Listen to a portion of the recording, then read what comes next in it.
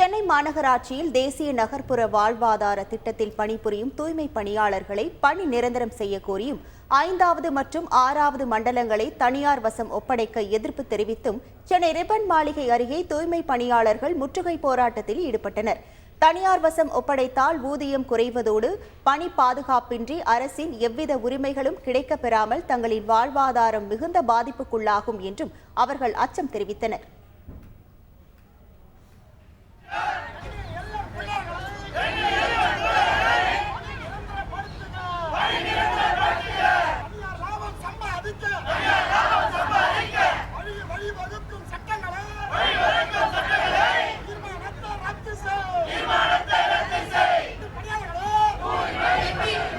இப்போதான் நாங்கள் ரொம்ப வருஷமாக ஒர்க் பண்ணுறோம். இவ்வளோ நாள் கழிச்சு இப்போ தான் எங்களுக்கு 21,000 சம்பளமே வந்திருக்கு. இதுக்கப்புறம் திருப்பி எங்களை ப்ரைவேட்டில் விட்டு திருப்பி 15,000 சம்பளத்தில் விட்டால் எங்கள் வாழ்வாதாரம் ஒன்றுமே இருக்காத போயிடும். எங்களுக்கு வாழ்வாதாரமே இல்லை. அதனால் எங்களுக்கு வந்து தனியார் மயமாக்காமல் எங்களை வந்து நிரந்தரப்படுத்தினா ரொம்ப நல்லாயிருக்கும். ஏன்னா முதலமைச்சருக்கு இதெல்லாம் சொல்லி தான் எங்கள் தூய்மை பணியாளர் எல்லாருமே ஓட்டு போட்டது. இதுக்காக தான் ஓட்டு போட்டோம். எங்களை நிரந்தரப்படுத்துவார்ன்றதுக்காக நாங்கள் ஓட்டு போட்டோம். ஆனால் அவர் இப்படி பண்ணுவார்னு எங்களுக்கு தெரியாது. ஆனால் இன்னும் அவர் மேலே நம்பிக்கை இருக்குது. அவர் எங்களை நிரந்தரப்படுத்துவார்ன்ற நம்பிக்கை எங்களுக்கு இருக்குது. இப்போ 9 வருஷம் ஆகுது. இப்போ நான் வேலை செஞ்சு கரெக்டாக 9வது வருஷம்.